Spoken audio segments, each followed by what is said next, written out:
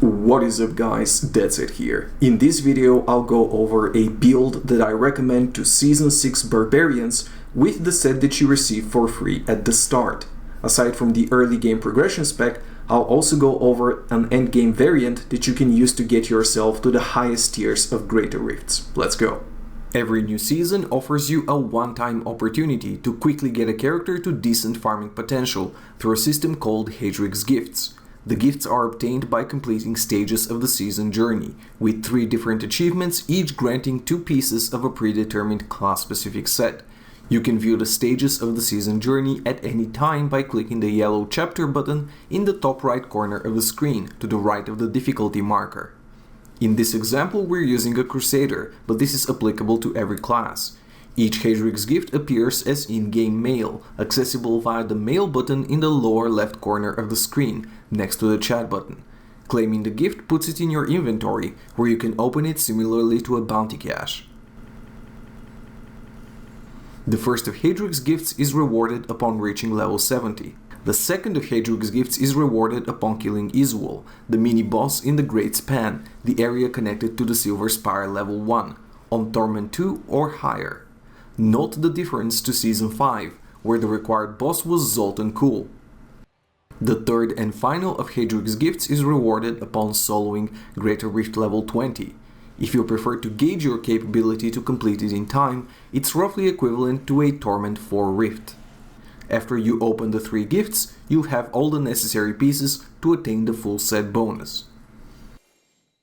The first demonstration is of the Torment progression variant. As usual, to guarantee the quality of the build, the Torment 10 demonstration has been done with reset paragons, no augmentations on gear, and legendary gems upgraded to the bare minimum of level 25. The build is dependent on several buffs that need to be recast as soon as they fall off. The dominant Wrath of the Berserker is present both during farming and progression, while the speed-oriented Sprint Marathon and the mitigation staple Call of the Ancients together as one will alternate depending on the content, farming or Greater Rifts respectively. Note however that you only need to resummon Call of the Ancients when one or more of them fall in battle. In Torments, the Ancients mitigation will be replaced by the Sprint buff, which you need to cast as soon as the 4-second duration of Marathon expires. Seek out high-density areas of Rifts, where the combined power of the Furious Charge runes will shine. With an easy 21% CDR achieved from a flawless Royal Diamond and Paragon Points, your Furious Charge will instantly recharge as long as you hit over 4 enemies, or if you're hitting just one due to the Raekor 2-piece bonus. Furious Charge will quickly build up your Fury reserves and Raekor stacks, which you need to dump every 5 stacks through the Ancient Spear nuke. Finally, maintain the Battle Rage and Warcry buffs throughout the Rift. Furious Charge is still a centerpiece of the build. While you have to select a rune appropriate to your skill synergy and gear, for example the physical-based stamina, you'll enjoy the benefits of all the runes because of the Raekor set bonus. The damage of Battering Ram, the cooldown reduction of Merciless Assault, the freezing effect of Cold Rush, and the double charge effect of Dreadnought work together to ensure devastation of your enemies and the build's signature supercharged speed. The role of a spender in the build is taken by arguably the most efficient Fury dump of all, Ancient Spear with the Boulder Toss rune. This precise, small radius strike delivers a punch at the cost of your entire resource reserve and up to 5 of your Raekor stacks. Patch 2.41 sees the transition of Raekor builds to largely rely on Boulder Toss as a nuke, but the skill is important for 2 other reasons: a spender proc for focus and restraint, as well as a chunk of cooldown reduction for Call of the Ancients and Wrath of the Berserker from the 4-piece IK bonus. 3 steroid skills stand at the core of many Barbarian builds, including this Raekor spec. Battle Rage boosts both your overall damage and your crit chance. While it can be considered a fire and forget skill with its impressive 2-minute duration, never neglect to activate and keep it up. You'll adjust runes according to the content. The bloodshed damage procs are superior in the prolonged fights of Greater Rifts, while Ferocity adds to your upfront burst in Torments, through the cubed standoff legendary power and assists you in getting from one fight to the next faster. Warcry is a utility skill with a powerful toughness angle, coming from the Veteran's Warning Rune. The 2-minute duration of the buff long exceeds the decent 20-second cooldown, but you have a strong incentive to use it as soon as it's available again. Fury generation for the boulder toss in general, and Chilonic's chain speed up in Torments. The signature Barbarian steroid Wrath of the Berserker is strengthened even further by the damage rune Insanity. Using the 4-piece IK bonus, you should be able to harness the potential of this skill permanently and boost your dodge, crit chance, attack and movement speed by significant percentages. You adjust the remaining skill slot according to your gear. When starting out, you might still only possess a single complete set. For example, Season 6 offers the entire Raekor set very early on. In a pure Raekor setup, Sprint is recommended not only as a synergistic skill for speedruns, but also for its damage-oriented twist from the unique power of the cubed standoff polearm. This legendary item property increases the damage of Furious Charge to 250% of your bonus movement speed. You'll be taking the speediest and lengthiest of the runes Marathon for a 40% increase of movement speed for 4 seconds. When mixing Immortal King in the setup for Greater Rift progression, the final slot is best taken by Call of the Ancients, due to the 2-piece bonus of IK keeping the trio of warriors permanently at your side. While they certainly can fall in battle, you should be able to promptly re-summon them, as their cooldown is reset by the 4-piece IK bonus. In fact, never neglect to do so, as the Together as One rune will be the basis of your survivability, and ignoring the Ancient's upkeep will promptly kill you in high Greater Rifts. This rounds out the overview of the active skills. Now let us look through the passives. With a bulldozing playstyle that emphasizes both brutality and agility, the Raekor Barbarian uses the Rampage passive to great efficiency, with the potential to stack up to 25% additional strength, increasing your damage and toughness substantially. It is important to learn to keep this passive up. Always being on the move towards bigger fights, where killing minor enemies will feed your stacks, is key. Picking Berserker Rage as our second passive takes advantage of Furious Charge's utility power, building you up to full fury near instantaneously through the Stamina rune. You'll barely notice this passive falling off from Ancient Spear dumping, and enjoy a significant uptime of this strong damage multiplier. Completing the triad of amplifiers, Ruthless makes a tight fit, and edges over Brawler for one simple reason: it is a multiplicative bonus that shines during Greater Rift fights.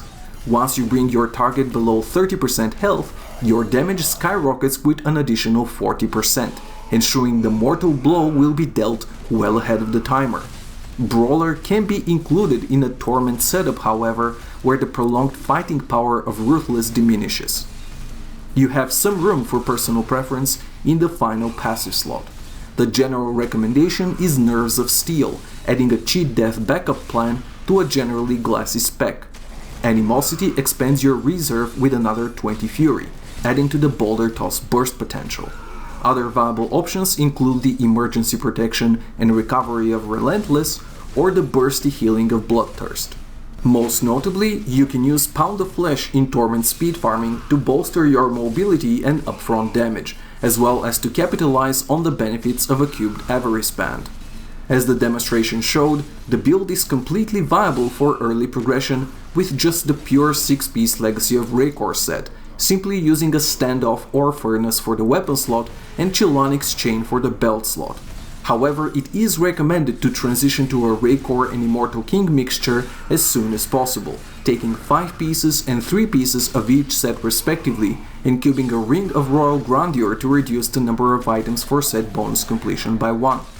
The Immortal King weapon and Immortal King belt are taken as mandatory, since they do not conflict with the Raekor pieces. Along with these 2 items, the Immortal King set needs to occupy one more slot of your choosing, either the chest, gloves, pants, boots, or helm. Fill the shoulder slot with Raekor's Burden, and the remaining 4 armor slots with the other Raekor pieces. While you can bolster the Torment progression spec early on by rolling Furious Charge percentage on your chest and shoulders, ideally you'll transition into a Boulder Toss-centric gear setup, rolling Ancient Spear percentage on the helm and boots. Pure toughness rolls are preferred on the pants and belt. As expected, double crit stats are taken on the gloves, alongside strength and vitality. As a final note, high damage range, good strength and quality Ancient's percentage, as well as vitality, are the desired stats on the Immortal King Boulder Breaker. Introduced in patch 2.4, Skular's Salvation Bracers are included as a targeted boost for your Ancient Spear Boulder Toss, doubling its base damage and skyrocketing it with a further 150% as long as you hit 5 or fewer enemies. The desired stats include high crit chance and physical elemental damage alongside strength and vitality. The ability to store the powers of Ring of Royal Grandeur in Kanai's Cube opens a powerful offensive combo in the jewelry, the Bastions of Willset, Focus and Restraint. These rings offer an unparalleled 2.25 independent damage multiplier, as long as you alternate between a primary and a spender attack, which you fulfill by interweaving Ancient Spear in your Furious Charge spam. See crit chance, crit damage, and an open socket as the best in slot stats for both Focus and Restraint. On the topic of necks, aim for as perfect of an elemental amulet as you can. The ideal rolls are crit chance, crit damage, an open socket, and physical elemental damage.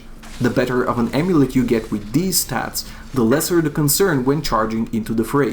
For example, immunity amulets such as Mars Kaleidoscope, Zephyrian Amulet, or the Star of Askaranth will allow you to ignore Deadly Elite and Rift Guardian affixes, making fishing with this glass cannon build more efficient.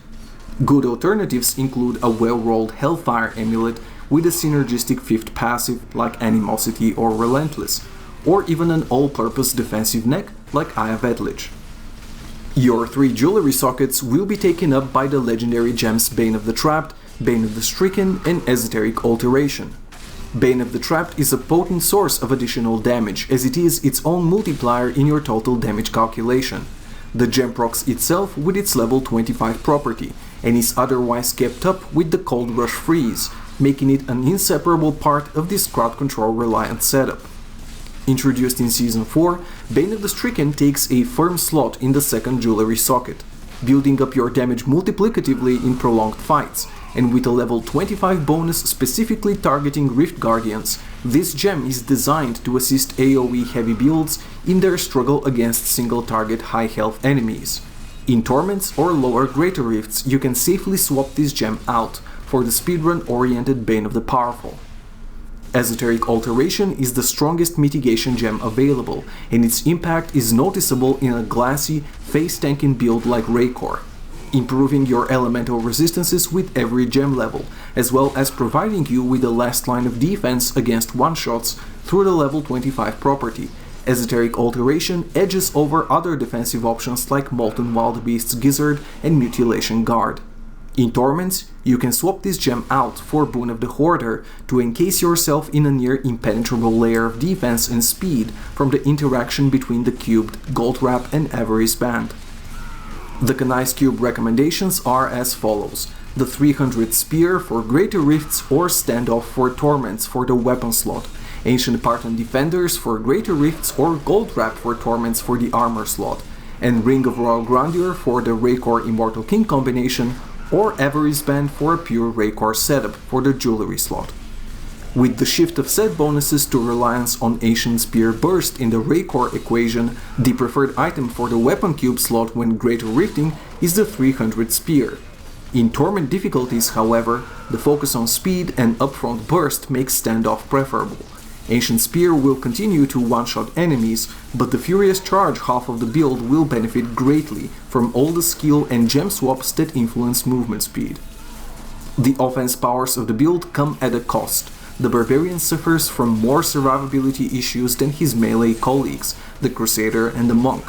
This is partially remedied with the sheer speed at which the build moves, as well as the incorporation of Ancient Parton Defenders in the cube for Greater Rifts. This legendary bracer offers percentage-based mitigation for every enemy stunned in a sizable radius around you. The bonus is poorly worded, however, as Ancient Parton Defenders proc from freeze as well as stuns, and gets triggered by the Cold Rush rune of Furious Charge.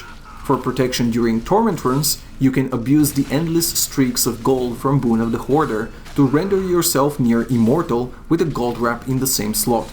As a final note, if you find yourself lacking in damage very early on in progression, you can also cube a Vile Ward in the slot to strengthen your Furious Charge. In the Raekor Immortal King mixture, you'll need a Ring of Royal Grandeur, a cash legendary ring from Act 1 bounties to tie the two sets together. The ability to run with 6-piece Raekor bonuses, 4-piece IK bonuses and Focus and Restraint, dodging the undesirable guaranteed stats on the Grandeur by cubing its power, is a tremendous boost to the build. In a pure Raekor build early on, you can use Avarice Band to assist your gold wrap in Torments, or even a Band of Might to bootstrap some toughness in Greater Rifts. In the Paragon Points, max out movement speed to the 25% cap, max out Fury to add to your Ancient Spear burst, and spend the rest on Strength in the core section. Prioritize cooldown reduction, crit damage and crit chance in offense. All resistance followed by life percentage and armor in defense. And finally, focus on area damage and life on hit and skip resource cost reduction in utility. And this is it for the in-depth look at the Raekor Barbarian progression in patch 2.41. You can find the full written version linked in the description below, as well as a Google spreadsheet linking to my detailed guides for every build in Diablo 3, of course in the process of revision to patch 2.41. I hope you enjoyed this guide, and if you did, I would appreciate your subscription to my channel. Talk to me on Twitter and Facebook that I linked below, and I'll see you guys next time.